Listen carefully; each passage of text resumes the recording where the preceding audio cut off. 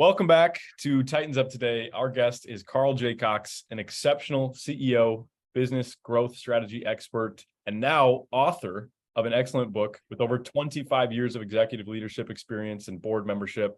Carl has guided numerous organizations and driven change in organizations as well. So we're going to get into that and how change is really driven in organizations. Carl, welcome to the podcast.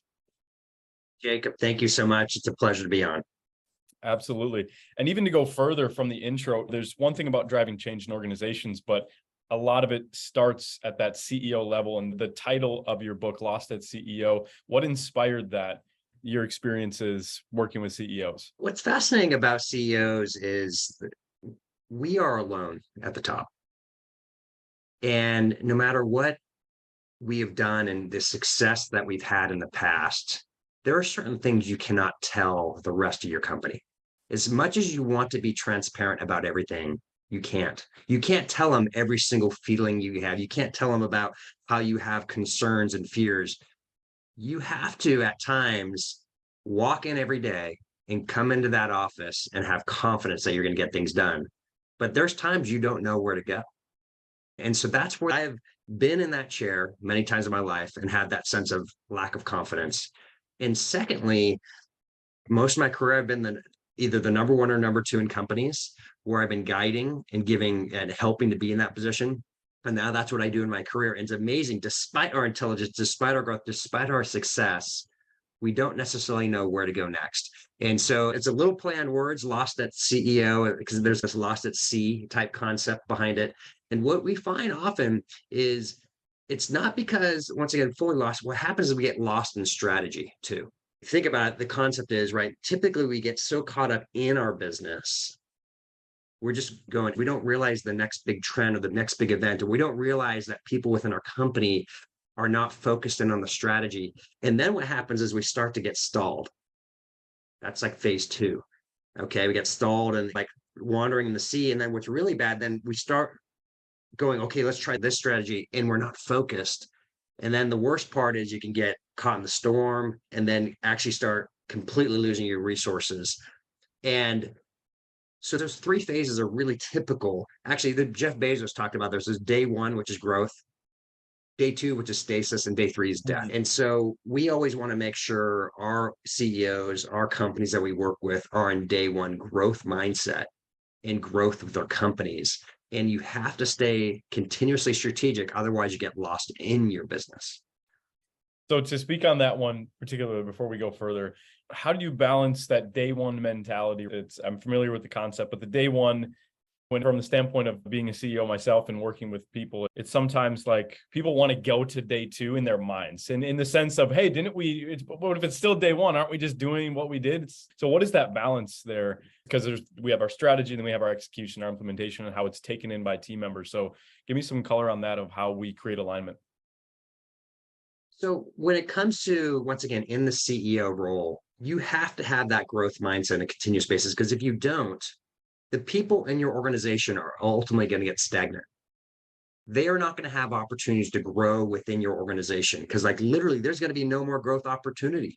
And so we have to continuously have hope for ourselves to grow. And secondly, the team around us, if we want to have a growing organization, you have to grow. It's funny, people are like, oh, I don't want to grow. I want to stay where I'm at. And what you basically said is the opportunities within the company have been stopped. You're not going to be able to continue to grow. And so by creating growth type organizations, growth type mindsets, you can help people do really amazing things. And you have to let go a little bit too, right? In this, right? You have to be able to let go and realize, hey, we need to train new people to do things, and we have to get new people in the organization. But I'm a huge believer in growth because of that. It creates opportunity, not just for yourself, but for the people within the organization. And then if you really are doing something amazing, don't you want to give it to more people? Why are we holding back from the great services and goods that we provide? We should be trying to expand it to get as many people as possible. Absolutely. So in this episode, we're going to go over, again, as I mentioned, the components of the book, the power of strategic planning, leadership styles, and the keys to achieving success and guiding strategy effectively. So at the end of the book, you talk about the knowingness of success, or when you know you're going to be successful. It's one thing to make a plan. And I think it's great that we just started with the day one concept, because how do we transition that strategic planning into the knowingness that's required to get that adoption so that it really does drive results? Because that's when people are going to be the happiest, is when they just know. You have your actions, you have the game plan, but then you just know, and you go and execute. So how do we create that knowingness and the knowingness of success?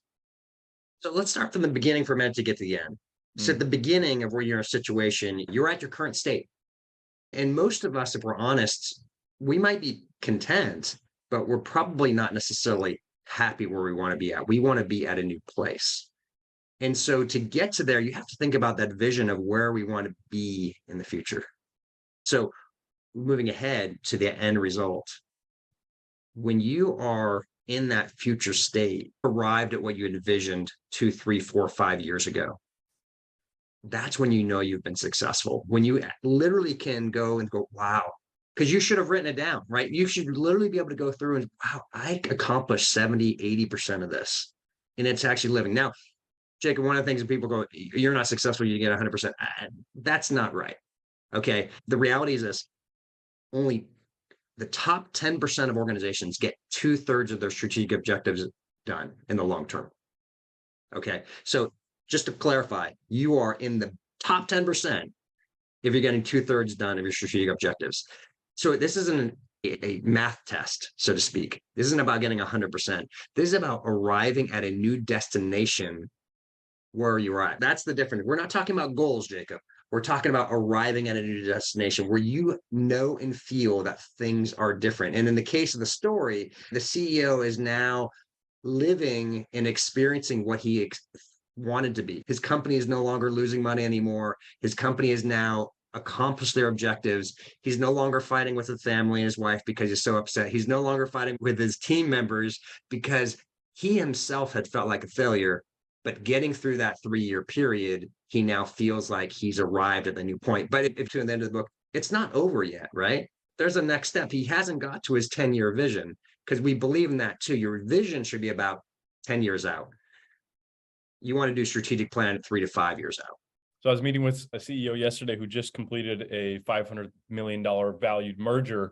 I met him a few years back when he was just growing this, and pretty sure the value 10 plus X since then. And he mentioned something similar where I said, okay, congratulations. And he said, it's actually just only begun. Something that you think would be this amazing milestone. He said, yeah, now there's just way more work to do as they move into the next phases. What's your experience with that? And how do we level set as CEOs and set the feel good about our milestones and those things? But of course, yeah, there's always a future challenge. Jacob, your listeners who are on this, the reason why they're listening is because they're high performers. These are people who do extraordinary things. And that's why I work with too on a regular basis, is people who accomplish extraordinary acts. We're like sharks. You stop moving, you die. And so there are people who are like, oh, I want to get my 5, 10, 20, 30, 50, $100 million in the bank, and I'm going to just go play golf for the rest of my life. And congratulations, I sincerely, for those of you who can find happiness and joy by playing golf and worrying about your 7 handicap to get to 6.5 handicap. God bless you. I mean that in a sincere way. But for most of us, we're trying to create extraordinary value in the world. And our joy is growing and building things. And often what happens with a lot of CEOs, it's like people who've done a marathon and they can actually get a little depressed because they haven't thought about where they're going next. So before you get to your arrival, before you sell your company, before you get investors to come in, you need to think about your next step. What are my next 5 moves, if you may? Because you can get lost again and all of a sudden have this imposter syndrome of, wow, my bank account's a lot larger, but I'm not any happier. Literally, I don't know where to go now. And so thinking about that next step to go towards, that's so important to have. When astronauts come back from space, they used to get wildly depressed. I heard the story. They get wildly depressed and they're like, what do we do? And they found the only solution to some of the greatest human beings in the world is they had to load them up with goals. And only through a new set of goals did they get happy again, because they had purpose. See, at its core, we need purpose. I love the title you have for this podcast, right? As Titans, we have a purpose. So important. You have to enjoy the journey along the way. It's not just about the money in your bank account. It's not just about selling the company. It's not just about hitting your big mark. Enjoy the process, right? Smile when you are in this process of growing. Smile when you have challenges to overcome, because this is what brings us joy on a regular basis. That's right. The image behind you there, the picture that you have up Yes. is it's got the vibes of the book and this even conversation so far. It's the lighthouse, something that would guide you. So if we talk about I believe you call it the strategic hierarchy and how you have to set the harbors, and I don't know if lighthouse was mentioned, but it's perfectly aligned here. So tell me more about that and how we can, from wherever a CEO is right now, or an investor or a leader, where they are, how they can start to plan out those strategies and that hierarchy for themselves. Yeah, we do have a strategic hierarchy, and we use different terminology very intently. And it's because, once again, I already mentioned beforehand, 90% of strategic plans fail. If you talk to PricewaterhouseCoopers, 97% of strategic plans fail. When you talk about New Year's resolutions and goals, you think of failure, right? You don't think of success. And so we've changed our terminology because we have people go to that, right? So number one, we talk about, you got to have that vision. We mentioned this several times. You got to have this vision like 10 years plus out.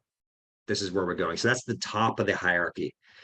The next place, though, is you have to build these 3 to 5 year, I call them destinations. These are intended to be stretch. So if it's 3 to 5 years out, 70% plus chances of succeeding towards that. After your destinations, it's how you're going to get there. That's your journey.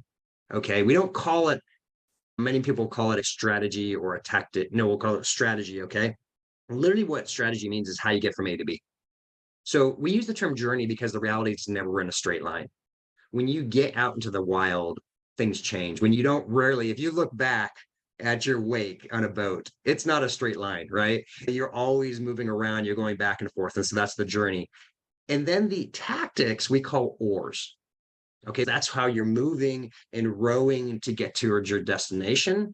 And then along the left-hand side of this hierarchy is leading and lagging indicators. So most organizations spend, and most people spend the time thinking about the outcome. We're going to sell our business for X. The problem is the outcome only gets there through the things that you can control. You can't control a sale in your business. It requires the action of somebody else on the other side to press a button, to buy a service, to give their credit card, to give you a purchase order, right? That's the outcome. So we have to focus on the leading indicators along the way. And that's in the bottom half side. Once again, in our journeys, we want to focus on how we're going to get to the destination.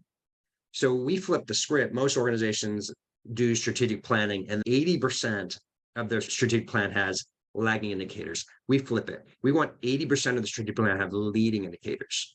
We want to focus on what we can control. When we do that every day, every week, every month, every quarter, every year, we crush it. We get to extraordinary outcomes, and that's how we reach our destination 3 times faster than anybody else. And what's your personal philosophy that has guided much of this? Wow, that's a big question. I actually hadn't thought of that one, Jacob. My personal philosophy is, and why I did this book is I love to be able to learn consistently about how to become better and how to have a humble mindset. One of the things, Jacob, a long time ago, let me tell you about this, but sometimes we think we're smart.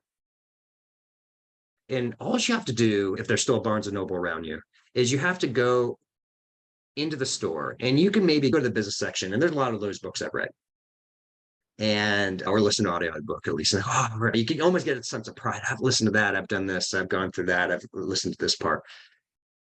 But you open your eyes and you look up to the next row. You go, oh, I haven't read too many over there. And then you start looking across the entire thing. Like you recognize there's rows and rows of books that you haven't even scratched the surface. You couldn't even tell an author who's in there. From a personal perspective, I think it's important that we have humility. I think it's important that we treat others well. I think it's important that you care about those around you, because at the end of the day, despite how great we can accomplish, and you have listeners on here who have extraordinary accomplishments. I've gone to too many funerals lately. Nobody cares about the money in your bank account except those who are maybe getting heirs of your money. Okay. literally. Nobody who comes to it, they don't care about what you accomplished at work. What they care about is how the impact and the relationships, the people that you had. And so from a personal philosophy, Jake, one of the stories I had, I was at church one day, pastors talked about this extraordinary businessman that we all would have known locally who this person was. And he said, I can't tell you who it was because it would ruin the story. And I don't want to talk about that person individually, but here's a successful person. And outwardly, it appeared like everything was successful. But then his two sons came up to the pastor right beforehand and said, hey, I just want to let you know something. He was not a great business owner. He treated people unfairly. He was a terrible husband to our mom. And third, we hated him as a dad. Now, think about your wake. Once again, go back to your wake. What are we trying to leave? What type of outcomes are we going to have? I tell you what, when I heard that, I don't want that. I don't want that outcome. I don't want to give up the people I love around me and my family and things of that nature.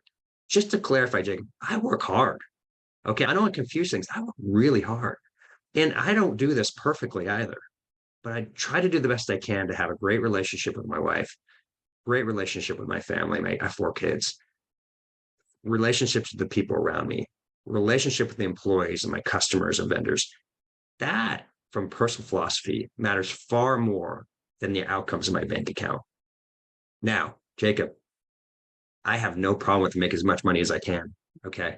But they're different. They're different things, right? And hopefully the money that is being accumulated is to be able to give. And secondly, is to be able to really make an authentic difference in other people's lives. That's what brings me joy. Okay. Those are like the real big things. And that's partly that comes out in the book a little bit too, right? It's a little bit in there of the struggle and strife that the CEO has, because that is the reality, right? We go into work and things aren't working well. It's typically not working well in our personal life as well. So I don't believe in balance. I think balance is the silliest thing in the world, but you got to be focused on the most important things. And I can't define what that is to you, who's the listener, but we all have to figure that out. What are our most important? For me, it's my faith, got my wife, got my kids, got my extended family, and then it goes outward from there. And yeah, once again, I spend most of my time helping others in the work sense. But if I don't focus on that core part, and if I come home and things aren't, it's hard to deliver well here, right? You don't want to escape your work because you're trying to escape your family. That's been important to me because we talked about the end in mind from a business. You got to think about the end in mind on a personal nature, right? Where are things going from that? And how is the big difference? And that to me, frankly, matters far more because once again, I've been to too many funerals and people don't care about your business accomplishments. They care about how you positively impacted the people who are in those businesses. So is that part of what fuels successful strategic planning, is bringing those things incorporated, like going deeper, really knowing why? In the beginning of the book, it's about why did you start what you're doing? What is really driving you? Is if you were to really dissect the most successful strategic initiatives, are there characteristics that are adopted from the people who are leading them that are then passed on? It's that depth, it's the culture, it's the strength that comes from someone's convictions to have a great life and be a meaningful example in the world. Somebody shared with me one time, there's a difference between the doing side and the being side. Okay. I'm really good at the doing side. You've put a task in front of us. We're a bunch of achievers who are listening. We get it done. Okay. The challenge is, are you doing it not being a jerk along the way? I got to be honest. I've been a jerk many times throughout this process. So I want to be really clear. I'm not throwing rocks out of glass house here. Okay. This is a journey of being aware of who we are. And so when it comes to this vision we talk about, not only do you think about the doing side, but you want to think about the being side and the culture. Who are the type of employees are you bringing in to be with? Are these the type of people you want to go to battle with day in, day out that are really bringing value? And it's those relationships, right? Those are the people, when you, once again, you think of your end of days, that still want to be with you, even when you've moved on to a different company. Right. The great measure of great leaders is when they go on to other places, 2 things happens. Those who are working for them move up to leadership positions.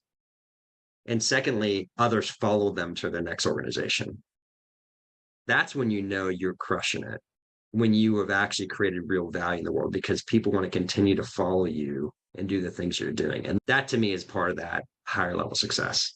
Building a culture where people want to follow you. So that's something that speaks to your experience as well, having seen likely those transitions and those experiences across taking someone from where they were to the success that you seek to drive for your clients. What are some of the greatest challenges that you've accomplished or overcome personally that have fueled a lot of this insight or understanding? That's a big question of it. There's been so many throughout my career. I started out with nothing, had a single mom, 4 kids. We had 3 different dads. You have these things that you start out with as a negative. So I had to overcome that. I had to overcome being on free and reduced lunch through the most of my career. I had to overcome that I didn't have a dad who was actively in my life. They split when I was really young. And so I barely ever saw him. So you have to overcome these. I didn't have my dad until I was in college tell me I was proud of you. And so I had to overcome these personal things. I'm not a huge guy, right? So I played football and I had to play with heart and determination. But it was those things that I did over time that helped give me confidence. And then in the work sense, I had a purpose. I married pretty young, married my high school sweetheart. And so my core purpose was I need to provide. And so I wanted to make sure I provided not only the day to day, but help make sure my kids could go to great colleges and universities. That to me was a big measure of my initial success. I've been with 7 different companies that have tripled in size. That's been awesome. But I've also been on the downside where I've had to hand out 200 checks to employees because our executive team made bad decisions. And I was on this list to get fired. And my reward for staying on top was I got to hand them their final check. But the good news is in every situation where I've been that we had struggles, we've been able to turn it around. In that same company, we were able to successfully turn it around and have a positive sale to an acquisition target. Every single company I've been with, if they've had a downturn, we've been able to get out of it and get into the positive. And yeah, there's been some tough ones, really tough ones. What you have to do when you look through those is you have to learn and go, what happened wrong? Why were these decisions made? Our executive team was spending money like drunk sailors. Using the pun of what we've been talking about with C, they were just spending foolishly. This is one of the biggest problems when people get a lot of money in fundraising is they don't treat it like their own money anymore. And once again, everyone's listening. When you borrow money, you get investors from other money. That's a liability. It is not an asset. The investors are expecting to get more money back out of that investment than they gave to you. But for some reason, when we get money, we like celebrate. Yay, we got our Series A or a Series B and Series C, and we finally got money. So no, you haven't done anything yet. You haven't created value yet. You don't create value until you've increased the value of the organization. And spending money like a drunk sailor unwisely is what ends up creating failure. And I've been part of that. So I've been part of that drunk sailor spending, and I learned from that. That is not a wise approach. And so that was one of the things along my career. I was like, wow, when we get money, we have to recognize that we have to reward them back because they gave us the trust to give us money, and we have to make sure we get a positive return. I think if people have that mindset that, once again, an investment is a liability. When somebody invests in you, there's a reason why an accountant being crowned by trade, and there's assets equals liabilities plus owner's equity. If you notice, the owner's equity is on the same side as liabilities. All right. And there's a reason for that because it's a long-term liability. Even if it's your own equity, you eventually want to get that money out of the company. And so if we have that mindset, it will help us overcome those obstacles of not failing your original investors. So we've talked a lot about the philosophy, the strategy. We can go much more into culture and execution, which I love that component of the book and just the overall structure there. But let's start talking numbers, start talking some math. You talked about raising money. In the book, talks about having very specific and even ambitious targets, which are driving, right? You see where you're going, and then you create the strategic plan, navigate the journey to the destinations, and ultimately to the result, to the outcome. So what are some of when you come into a business, based on where it's at, how do you really go about setting those targets and getting alignment and people to be really excited about what they're doing? And I think to add one more point of color to that, as you mentioned, and even just what you just said, mentioned in the book as well, is about how increasing the value of the organization is the best thing for not only the investors or for yourself, but also the people in the business. So being able to see, hey, we're actually creating value. So how help to navigate that journey and create a structure that people could understand and follow and apply for themselves. So let's talk about a couple different pieces here, and let's talk about numbers, because I am a numbers guy at my core. So number one is you have to set different types of numbers. First of all, you want to set numbers internally. And this is important, internally, not externally. That's going to stretch your capabilities because it's going to force you to change your habits. See, reason why organizations don't grow is because they are stuck in their current habits, their current people, their current processes, and their current systems. And those all have step caps. It could be in different levels, but it's going to cap where you can be at. So to get to the next level, you want to have a number, whatever that number is, it's going to force you to change your habits and that people can get excited about. We're going to grow, we're going to double in 5 years, or we're going to triple, whatever the number is, right? We're going to double next year. You want to have something that forces people to change their habits. Now, this is really important, Jacob, especially with those who are getting investments. You cannot tell your investors that. Do not create a hockey stick. The problem with the hockey stick is it rarely happens, right? Because the reason why is because in year 1, year 2, year 3, we don't execute enough. And then there's this freak out session in year 4 because we're not going to hit our things in year 5. And what happens? That management team gets kicked out. Internally, you set really high goals. Externally, you set conservative goals. You want to manage your board. You want to manage your outside investors. You want to make sure that those are achievable, that you're going to achieve them. But internally, you set metrics that are higher and you create incentives that are going to be okay if they hit the board plan, but extraordinary if they exceed your real goal. And so that's where we get everybody aligned and excited, right? Because with the reality is this is, it's not going to be perfect stretching and changing your habits. There are going to be surprises that are going to take place. That are going to happen through the process that you will fail at. And so this is, once again, the greatest companies in the world, top 10% only get 2/3 of it done. So you want to balance and manage those numbers. Let's say, let's just keep real simple math here. Let's say you're a $10 million company. And the typical company, this is an example I do in the book, the typical company would do something like this. We're going to grow to 5% next year. We're going to get to 10.5 million. This is going to be really exciting. It doesn't excite anyone. Okay. Nobody gets excited about 5% growth with a company that small. Okay. So we have this 10 to 10.5 million. What we want to do is we want to get really excited. We say, no, we're going to grow 20%. Internally, you want to have this, we're going to go to 12 million. They've been balancing between this 9.7 and 10.5 and 10.0 for the past 3 years. We're going to get to 12 million this year. We're going to really do extraordinary. You set these goals at 12, you change your habits and the actions that you're doing to help get towards there. And you know what? You might fail and hit 11.3. It's a lot better than exceeding your 10.5 million goal of 10.6. Okay. And once again, we set the awards where when we get past 10.5, that original goal, the incentives start getting pretty exciting. And just to clarify, it's really important, Jacob, that we have both intrinsic behavior. The data is really clear in this. People have to be intrinsically excited about growing. There are humans in there, and it's okay, that want to make money. People aren't showing up. It's not a not-for-profit employee organization. Even not-for-profits pay their employees. And we want to make sure that the incentives match the reward that they're doing. I think there's a great example in Good to Great when they talk about, I think it was Nucor. You have 5 employees, you work them like 10 and you pay them like 8. Okay. You get the best employees. They work like 10, you pay them like 8. That's the mindset we want to have with our goals, our incentive structure. You don't want to have 7 employees and pay them like 5, like some people. We're just going to pay everybody cheap money and not do things. You need to get rid of those 3 employees, or there's 7 employees, 7, 8 employees. You want to go back to 5, get your 5 best, because you will have better outcomes with your best, because you're only as strong as your weakest link.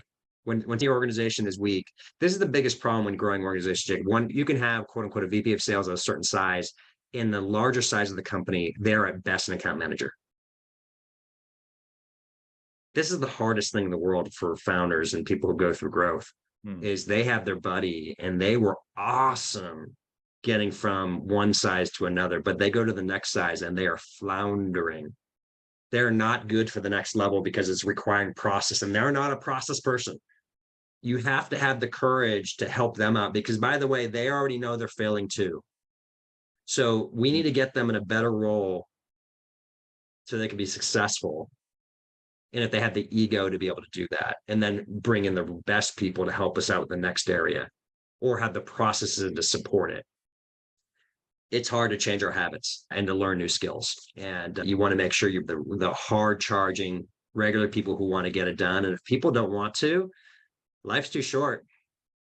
That was a great answer, really insightful, and it sparked a lot of interesting thoughts and questions for me. One of which is, I was watching an interview, it was Jamie Dimon, I don't know, maybe a couple of years back, and he was talking about how politics and bureaucracy is what kills success in business, no matter what the size of the company is.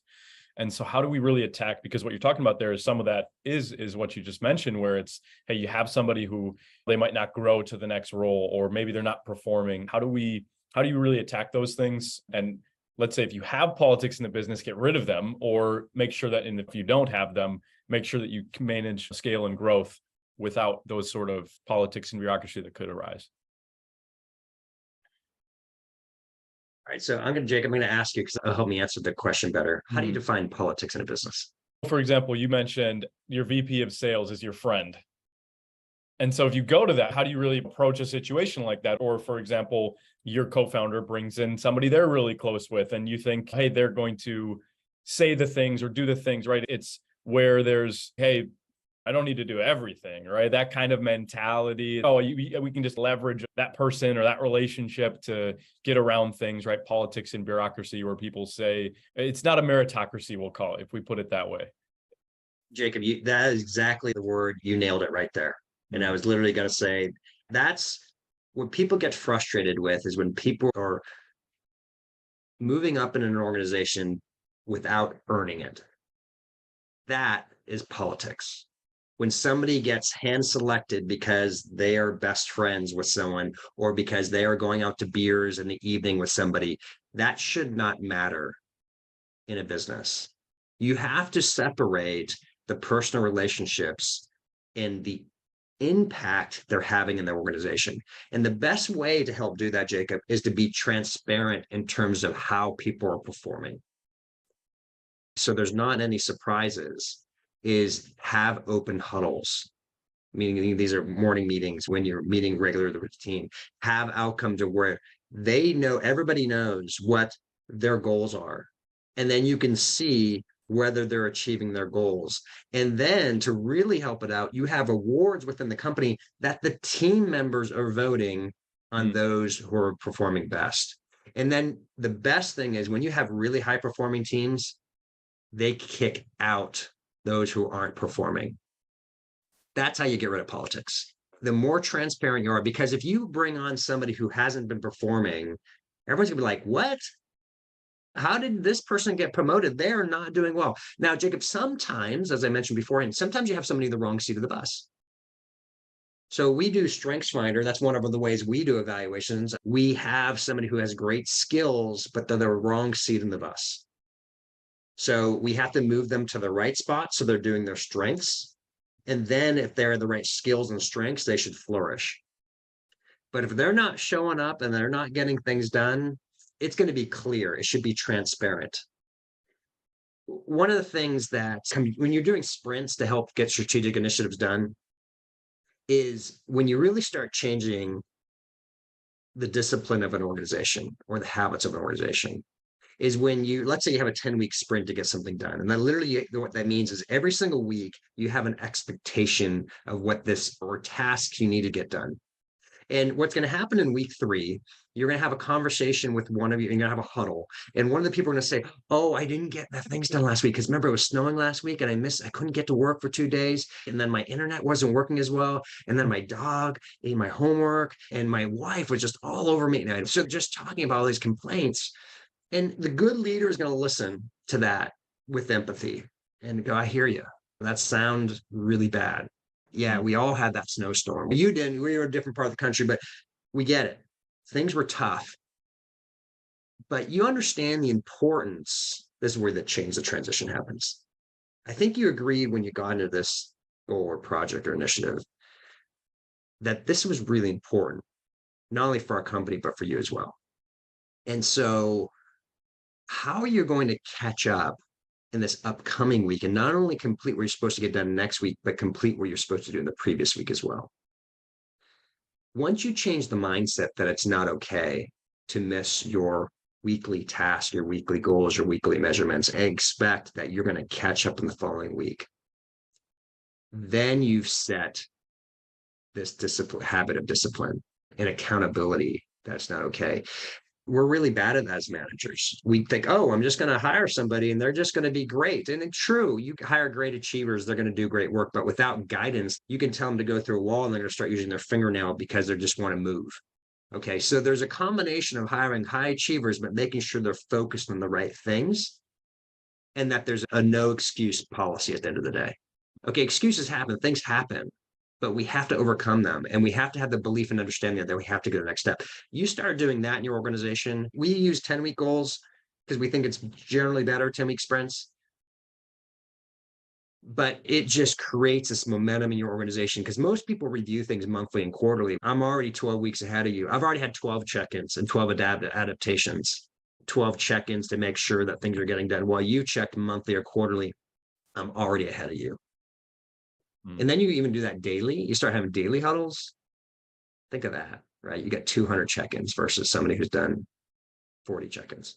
So these are the things that you do to help create habits and outcomes that you just crush it versus the ordinary person. I'm too busy. I can't meet enough. You kidding me? You can't create 5 to 10 minutes in a huddle on a daily basis to help check to see what's going on. That is ridiculous. And if it is true, then you have to create the time to say, I'm going to start doing this. These details that people overlook. Oh, I'm not into the details type of person. I'm not that type of leader. If you're not, you better get somebody on your team who is. Get somebody who is in operations. Typically in a company, you do need 2 humans. You need the visionary and you need the executor. And if you're not that executor and you're not willing every week to review goals because it's boring for you, you need to go and find an executor to help get things done because your company's going to be capped by your genius because your genius doesn't get things done. So it's always this balance when growing and getting companies to the goals and organizations, but it's super fun when we get there. Yeah, absolutely. This has been amazing. So in summary, of course, I could ask a million questions. I think we could go for hours and hours. In summary, just to go through that now from the beginning of the book through the journey, as someone who's listening to this, so they could take it and structure it and apply it. Of course, when the book comes out, definitely they're going to get it and read it so they can have the insights and the guidance. You have to have goals that really excite people and know why you personally as the founder and the CEO, the leader, and your executive team are doing something. And once you get into, you have these tangible goals that are exciting, then from there, it's about reverse engineering. So that long-term vision, then reverse engineering 3 years, as we just got real down into the depth about of, all right, how do we set the culture, get the strategy into those leading indicators so we know when the actions are being done and the culture and those things are being enforced, then we're going to have that trajectory. And then the regular check-ins, year 1 weeks, even dailies up to 10 weeks. That's how you can create, let's say, an organization and a structure, which is not only ambitious or visionary, but also executionary. And of course, leading to those things that we said, like accomplishing that purpose of why you started it. Jacob, that was a really good summary. There's one thing that's important that should be included is to focus. Okay. There isn't no shortage of smart people and smart ideas and hardworking people. But where there is too much of doing too many things. And there's a book behind me called The 4 Disciplines of Execution. And they did 1,500 strategic implementations. And they found out they should only focus at 3 things at one time. They rewrote the book after doing 4,000 implementations, said you should only do 1 thing at a time.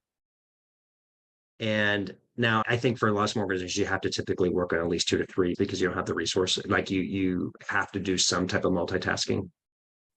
However, the more you can focus, the more you get things done. You actually get more things done in a period of time. And so that's the one, all the things I talked about, the excitement. Hey, I want to go to these goals and do these things. Focus on the few in short periods of time, in short sprints, and then move on to your next thing. Don't try to do 12 things at once. It's far better to do 1 thing 12 times. Then you're going to get it done and get it done well. And then you can move on to your next accomplishment. Outstanding. Carl, thanks for joining the podcast. This has been amazing. I'm sure that everybody who's going to read this or listen to it and read your book and take it and apply everything we've learned here into improving their life. What's next for you and how can we support you? Yeah, thank you so much. I highly encourage to go out, take a look at the book. It's a really fun, easy read as Jacob has gone through it and is going to go through this and you're going to help be able to see your part around it.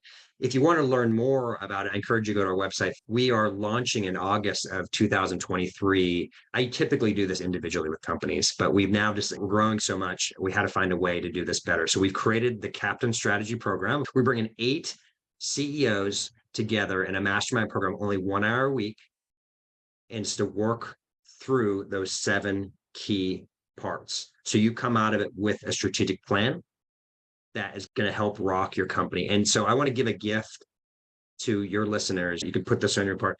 Titans 2023. Anybody who uses that Titans 2023, 2 things I'm going to give you. Number 1, I'm going to give you a $140 gift card. Okay, so you can apply that to our courses. The second thing is if you email me, Carl J. Cox at 40strategy.com, and you mention your podcast, Jacob, we'll give them a free book. Okay. So I'm not doing that for everybody, Jacob. I'm only doing that for you. Okay. I want to let you know that. So anyways, let me know, but of course you have to email me to get the information so I can help send you the book and the subscription. When you get ready to order, that will be in the gift code thing. So Titans 2003 gives you a $140 gift card to be able to do that. So we'd be so excited. And then finally, if you just want to listen to our stuff, we have the Measure Success podcast where, like Jacob, we talk with top leaders about effective strategies to inspire success. So those are the 3 ways you can get contacted. Thank you, Jacob. I appreciate you having me on today. It's you've asked me great questions and I'm just privileged to be on and talk with your guest today. Yeah, it's phenomenal. You give and receive. I like that very much, just like that. So everyone go take advantage of those offers. And Carl, we'll see you in the next episode. Thank you so much. Thank you.